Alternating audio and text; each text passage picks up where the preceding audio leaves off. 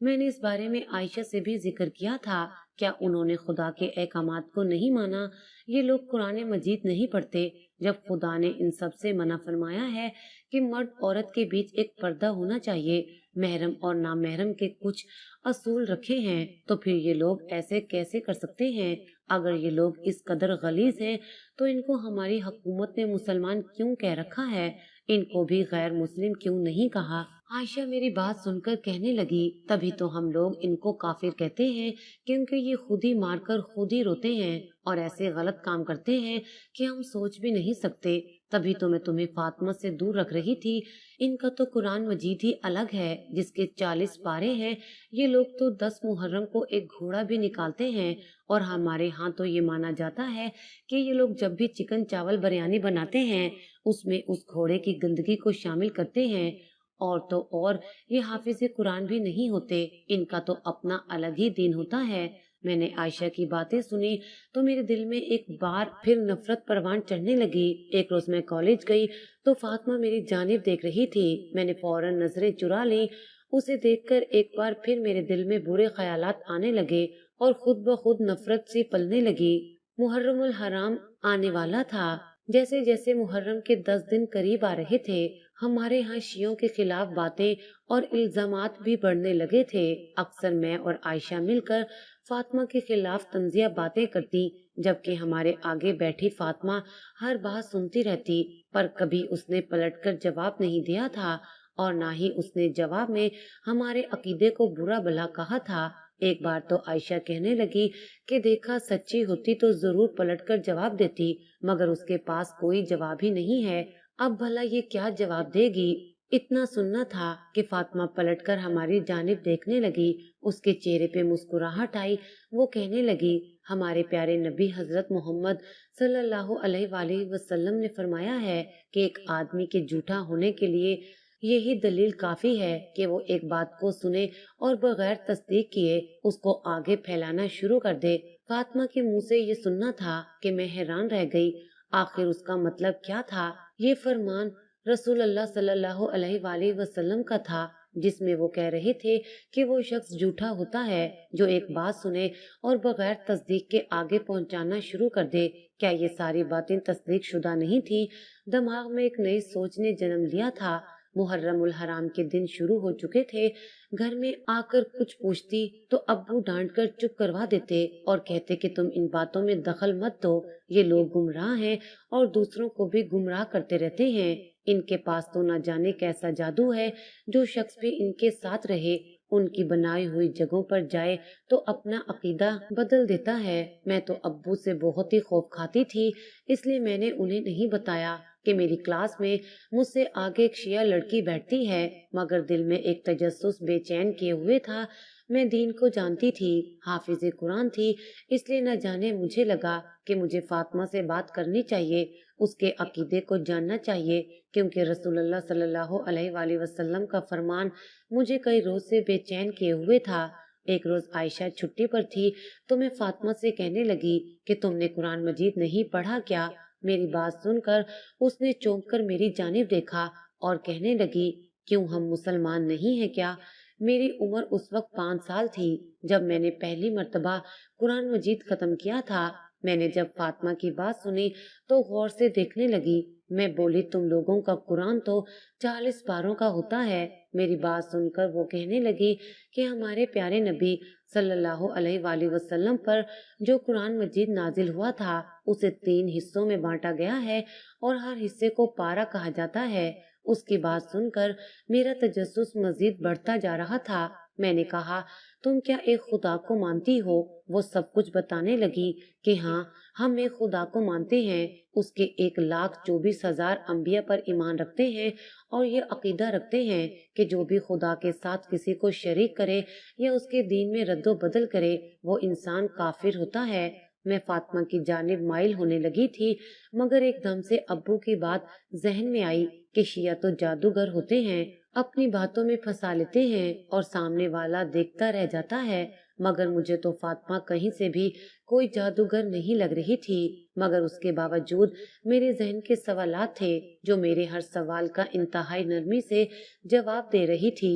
آخر میں اس سے پوچھ بیٹھی کہ یہ شام غریباں کیا ہے، تم لوگ کیا کرتے ہو؟ میری بات سن کر وہ خاموش ہو گئی۔ کہنے لگی میں چاہتی ہوں کہ تم اس بار 10 محرم کو میرے ساتھ جا کر خود دیکھو کہ شام غریبہ میں کیا ہوتا ہے۔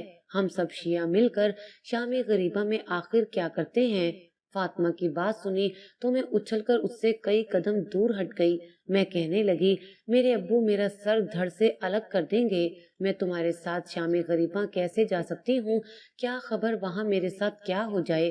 فاطمہ بولی یہ سب تو تم لوگوں کی سوچ ہے، خیر تمہاری مرضی ہے، اگر تم 10 محرم کی شام میرے ساتھ جانا چاہو تو ضرور بتانا، جب تک تم سب کچھ اپنی آنکھوں سے نہیں دیکھو گی تمہیں یقین نہیں آئے گا۔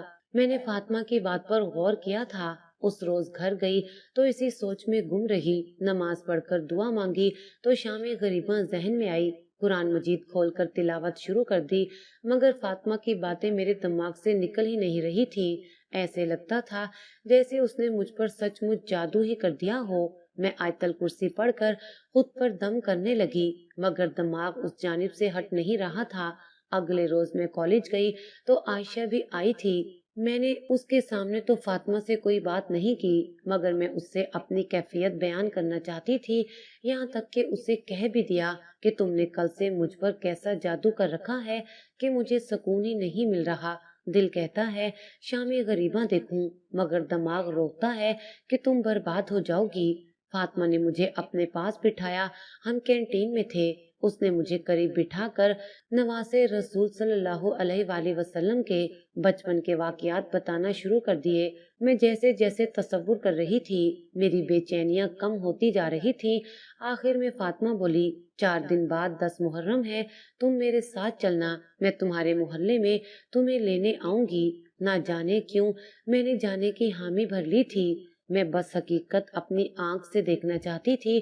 10 محرم کا دن قریب آ رہا تھا اور ہمارے ہاں قرآن خوانی رکھی گئی تھی اور نعت کی محفلیں سجائی گئی تھی۔ 10 محرم کا دن چڑھا تو میں نے روزہ رکھا ہوا تھا، کیونکہ آج کے دن کا روزہ بڑا بابرکت سمجھا جاتا ہے۔ میں شش و پنج میں مبتلا تھی، سمجھ نہیں آ رہی تھی کہ کیا بہانہ بنا کر گھر سے نکلوں۔ میرے ابو نے سب کو منع کر رکھا تھا کہ آج کی شام کوئی بھی عورت گھر سے باہر نہیں نکلے گی۔ میں نے کچھ سوچا، اپنی زندگی میں پہلی دفعہ ابو سے جھوٹ بولنے کے لیے آئی۔ ابو سامنے بیٹھے تھے، میں کہنے لگی کہ ابو میری دوست عائشہ کے ہاں قرآن خوانی ہے، اس نے مجھے خاص آنے کی دعوت دی تھی، تو کیا میں اس کے ہاں چلی جاؤں؟ ابو نے یہ سنا تو کہنے لگے ہاں وہ میری ایک عزیز کی بیٹی ہے، اس لیے تم چلی جاؤ، بھائی تمہیں چھوڑائے گا اور جب واپس آنا ہو تو مجھے فون کروا دینا۔ میں نے ہاں میں سر ہلا دیا اور میرے پاس موبائل موجود تھا، میں نے فاطمہ کو کال کر دی۔ مغرب سے کچھ دیر پہلے بھائی مجھے عائشہ کے گھر کے پاس چھوڑ کر چلا گیا، وہاں فاطمہ آ چکی تھی، اس کا گھر ہمارے محلے سے 10 منٹ کی دوری پر تھا۔ اس نے سیاہ لباس پہن رکھا تھا اور سیاہ برقعے میں ملبوس تھی۔ مجھے کہنے لگی یہ تم نے سفید چادر کیوں پہن رکھی ہے؟ کیا تم جانتی نہیں آج 10 محرم ہے اور تم شام غریباں کی مجلس میں جا رہی ہو؟ یہ لو میں تمہارے لیے کالی چادر لے کر آئی ہوں۔ میں نے اس کی بات مانی اور فوراً چادر سے خود کو لپیٹ لیا۔ آگے نہ جانے میرے ساتھ کیا ہونے والا تھا، دل میں عجیب سے وسوسے بھی تھے، جبکہ فاطمہ پرسکون تھی۔ اس نے میرا ہاتھ تھاما اور مجھے اپنے ساتھ لے جانے لگی۔ وہ ایک شیعوں کا محلہ تھا جو ہمارے محلے کے بعد آتا تھا، ہر طرف بڑے بڑے بینرز لگے ہوئے تھے۔ میرا وجود تھر تھر کانپ رہا تھا، دل چاہا کہ سب کچھ چھوڑ کر واپس بھاگ جاؤں، مگر میں ایسا نہیں کر سکی۔ ذہن میں تصویریں بن رہی تھی، کہا جاتا ہے کہ یہاں پر غلط کام کیے جاتے ہیں، کہیں آج میری عزت، یہ سوچ کر ہی مجھے ڈر لگ رہا تھا، میرے ماں باپ تو مجھے جان سے ہی مار دیں گے۔ میری آنکھوں میں خوف سے آنسو آ رہے تھے، مگر واپس جانے کا کوئی راستہ نہیں بچا تھا۔ میں نے اپنی عزت خدا کے سپرد کی اور آگے بڑھنے لگی۔ وہاں کئی عورتیں اور مرد جا رہے تھے، سبھی سیاہ لباس میں ملبوس تھے۔ فاطمہ مجھے اندر لے گئی جہاں ایک طرف عورتیں بیٹھی ہوئی تھیں، ہم بھی وہیں بیٹھ گئے۔ ہم سب آگے تو اس کی امی اور بہنیں بھی بیٹھی ہوئی تھی۔ فاطمہ نے میرا تعارف ان سے کروایا تو انہوں نے بڑی خوش دلی سے میرا استقبال کیا، مگر میرا دماغ گھٹنے لگا تھا۔ میں وہاں سے بھاگ جانا چاہتی تھی۔ مغرب کے بعد فوراً ہی لاؤڈ سپیکر پر ایک شخص کی آواز گونجنے لگی جو کہنے لگا کہ تمام تر روشنیاں بجھا دی جائیں۔ میرا دل حلق کو آیا تھا، گویا مجھے اپنی موت دکھائی دینے لگی تھی۔ میں نے فاطمہ سے کہا تھا اب کیا ہونے والا ہے؟ ذہن میں تصور آیا کہ اب مرد بھوکے بھیڑیوں کی مانند عورتوں کی طرف بڑھیں گے، مگر جو ہی اندھیرا ہوا تو ایک مرد لاؤڈ سپیکر میں واقعہ کربلا سنانے لگا۔ وہ امام حسین علیہ السلام کی شہادت کے بعد کا منظر بیان کر رہا تھا۔ وہ کہہ رہا تھا کہ جب رسول اللہ صلی اللہ علیہ وآلہ وسلم کے نواسے کو شہید کر دیا گیا تو ایک بھی مرد باقی نہیں بچا سوائے امام حسین علیہ السلام کے بڑے بیٹے جو اس وقت بیمار تھے۔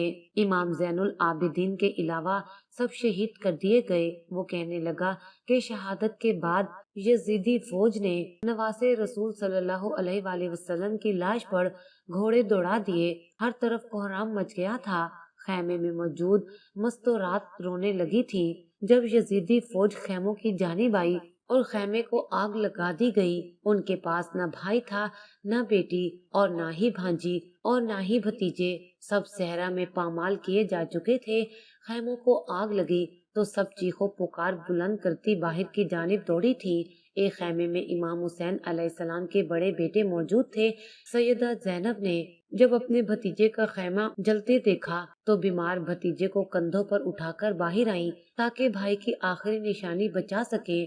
کئی مستورات اور بچے اس بھاگ دوڑ اور آگ میں جل گئے تھے۔ 4 سالہ بیٹی بی بی سکینہ جن کے برقعے میں آگ لگ چکی تھی، وہ اپنے بابا کا نام لے کر روتی ہوئی مدد کو پکار رہی تھی۔ خیموں کا سیاہ دھواں اور اندھیرا پھیل چکا تھا۔ معصوم بچی بابا کے پامال وجود کے پاس جا کر روتی رہی، زخمی کان دکھاتی، جلا ہوا کرتا دکھا کر روتی رہی کہ بابا میں یتیم ہو گئی ہوں۔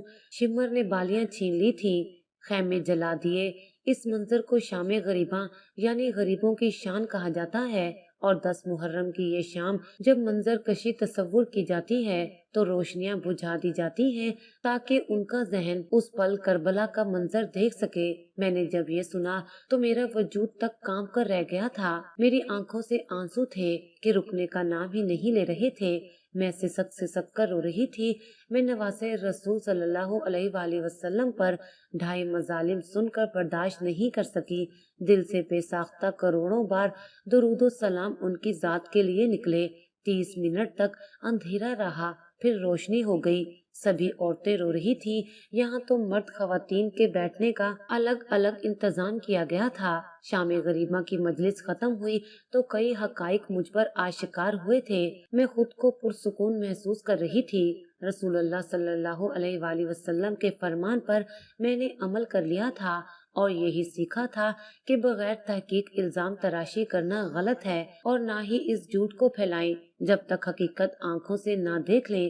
فاطمہ نے مجھے حفاظت سے اپنی ماں اور بھائی کے ہمراہ گھر سے کچھ دوری پر چھوڑا تھا۔ میں کچھ نہیں بولی، خاموشی سے گھر چلی آئی۔ ذہن کی ساری غلاظت دور ہو چکی تھی۔ نہ جانے آج کے دور میں بھی کیسے لوگ ایسی باتوں پر عمل کرتے ہیں۔ یہ تو فقط واقعہ کربلا کی یاد تازہ کرتے تھے اور 1400 سال سے کرتے آ رہے تھے۔ میری آنکھوں سے آنسو نکلے جا رہے تھے۔ خیر، شام غریباں کی حقیقت کھل چکی تھی۔ میں سب کی سوچ نہیں بدل سکتی تھی، مگر سوچ لیا تھا جب میری اولاد ہوگی تو میں ان کو کسی فرقے کے خلاف نہیں بھڑکاؤں گی، بلکہ حقیقت بتاؤں گی، انہیں سب کا احترام کرنا سکھاؤں گی۔ یہی تو درس اسلام ہے۔ حقیقت چھپائے نہیں چھپتی، حق چھپائے نہیں چھپتا ہے۔ مکہ کے کافر لوگ نعوذ باللہ رسول اللہ صلی اللہ علیہ وآلہ وسلم پر الزام لگایا کرتے تھے کہ یہ جادوگر ہے، جو بھی ان کے پاس جائے مسلمان ہو جاتا ہے۔